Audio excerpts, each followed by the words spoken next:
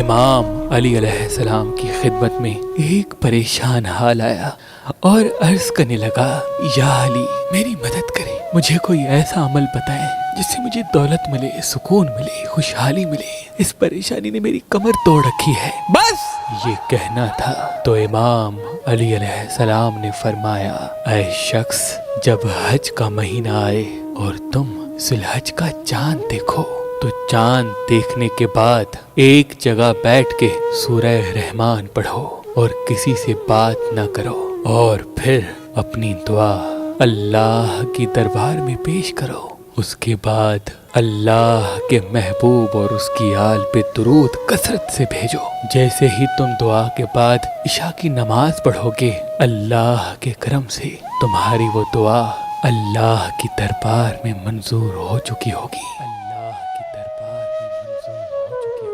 امام جعفر صادق علیہ السلام نے فرمایا، جو انسان مرجان پتھر پہن کے اللہ سے جو دعا مانگے گا، چاہے اس کے مقدر میں ہو یا نہ ہو، اللہ اسے عطا کر دے گا۔